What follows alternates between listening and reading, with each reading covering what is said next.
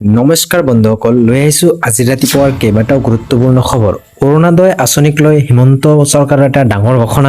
অৰুণোদয় আঁচনিক লৈ আহি গ'ল এটা ডাঙৰ খবৰ। হিতাধিকাৰীৰ তালিকাত হ'ব পাৰে ডাঙৰ সালসলনি। অৰুণোদয়ৰ হিতাধিকাৰীক লৈ চলিব সমীক্ষা। বহু হিতাধিকাৰীৰ নাম কৰ্তন কৰা হ'ব অৰুণোদয় আঁচনিৰ পৰা। আৰ্থিক অৱস্থা উন্নত লোকসকলৰ কৰ্তন হ'ব পাৰে ইয়াৰ পৰা নাম।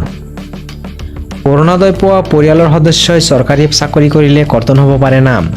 বাদ পৰা দৰিদ্ৰ, বিধৱা, অবিবাহিতা মহিলা আৰু দিব্যাংগক নতুনকৈ কৰা হ'ব অন্তৰ্ভুক্ত।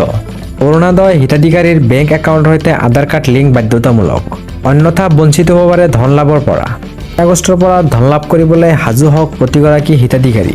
লৈ আহিছোঁ আজিৰ ডাঙৰ এটা খবৰ। বিনামূলীয়া হ'ব চৰকাৰী শিক্ষকৰ চিকিৎসা।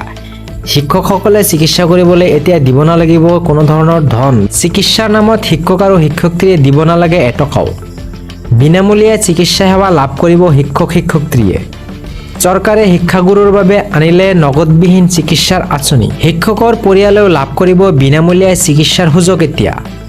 প্ৰাথমিক আৰু মাধ্যমিক পৰ্যায়ৰ শিক্ষকৰ বাবে এই আঁচনি।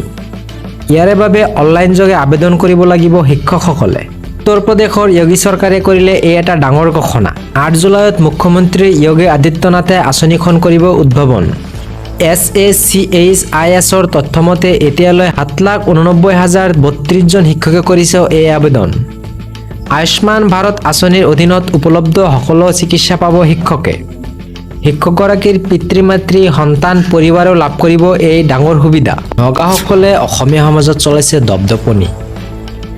গোলাঘাটৰ সৰুপথাৰত কেইবাখনো গাঁৱত নগাৰ দপদপনি সৃষ্টি কৰিছে। উৰিয়ামঘাটৰ অসমীয়া গাঁৱত নগাই আৰম্ভ কৰিছে লোকপিয়লৰ জৰীপ। চেতিয়াগাঁও, 1 নং শান্তিপুৰ আৰু মাজগাঁৱৰ নগাই কৰিছে জৰীপ। অসমীয়া লোকৰ ঘৰত নগাই লিখি থৈ গ'ল জৰীপৰ নম্বৰ। নগাঁও প্ৰশাসনৰ এনে কাৰ্যত জাংগুৰ খাই উঠিছে বিভিন্ন দল আৰু সংগঠন। নগাই লিখি থৈ যোৱা জৰীপ নম্বৰ মুচি দিয়াৰ হুংকাৰ। সীমান্তত CRPFৰ ভূমিকা লৈ ক্ষুণ্ণ চুতীয়া ছাত্ৰ সন্থা। উক্ত ঘটনাৰ প্ৰতিক্ৰিয়া সৰুপথাৰৰ বিধায়ক বিশ্বজিৎ ফুকনৰ। কোনো কাৰণতে নাগালেণ্ডৰ এই আগ্ৰাসন চলিবলৈ দিয়া নহ'ব বিশ্বজিৎ ফুকনৰ এই মন্তব্য। সীমান্তবাসীক নাগালেণ্ডৰ লোকপিয়লত সহযোগ নকৰিবলৈ আহ্বান জনাইছে। আন এটা ডাঙৰ খবৰ, একাকীগৰাকী যাত্ৰীৰ হাহাকাৰ। ভৰা লুইতৰ মাজত আবদ্ধ যাত্ৰীবাহী ফেৰী এটা। ভৰা ব্ৰহ্মপুত্ৰত আবদ্ধ যাত্ৰাবাহী ফেৰী। SB ৰাজলক্ষ্মী নামৰ যাত্ৰাবাহী ফেৰী আবদ্ধ লুইতৰ মাজত। নিমাতী ঘাটৰ পৰা কমলাবাৰী ঘাট অভিমুখী হৈ আছিল এই ফেৰীখন। ফেৰীখনত আছে একাকীগৰাকী যাত্ৰী। যাত্ৰীৰ মাজত হাহাকাৰৰ পৰিস্থিতি সৃষ্টি হৈছে। এখনত 35খন দুচকীয়া বাহন আৰু এখন 4চকীয়া বাহন আবদ্ধ। SDRF বাহিনীয়ে যাত্ৰীক উদ্ধাৰৰ বাবে ৰওনা হৈছে ঘটনাস্থলীলৈ। অসমত ভয়ংকৰ ৰূপ লৈছে এতিয়া গৰমে। আগন্তুক 5টা দিন পূৰ্বে অভিলেখ ভংগ কৰিব তাপমাত্ৰাই। 16খন জিলালৈ ভয়ংকৰ সতৰ্কবাণী বতৰ বিজ্ঞান কেন্দ্ৰ কৰিছে। কোকৰাঝাৰ, ধুবুৰী, দক্ষিণ হালমাৰালৈ সতৰ্কবাণী। 40 ডিগ্ৰী তাপমাত্ৰা চুব চিৰাং, গোৱালপাৰা, বৰপেটা আৰু বঙাইগাঁও। একেদৰে কামৰূপ মেট্ৰ' দৰঙত বৃদ্ধি পাব গৰমৰ প্ৰকোপ। হোজাই, লখিমপুৰ, মাজুলীতকৈ সতৰ্কবাণী। শিৱসাগৰ, চৰাইদেউ, ধেমাজিত ভংগ হ'ব পূৰ্বৰ অভিলেখ।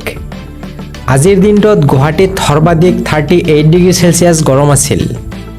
35 ডিগ্ৰী চেলছিয়াছ অতিক্ৰম ডিব্ৰুগড়, তিনিচুকীয়াত। যোৰহাট, শিৱসাগৰতে গৰমে ভংগ কৰিলে সকলো অভিলেখ। 16খন জিলাৰ জনতাক অধিক সতৰ্ক হ'বলৈ আহ্বান জনাইছে প্ৰশাসন।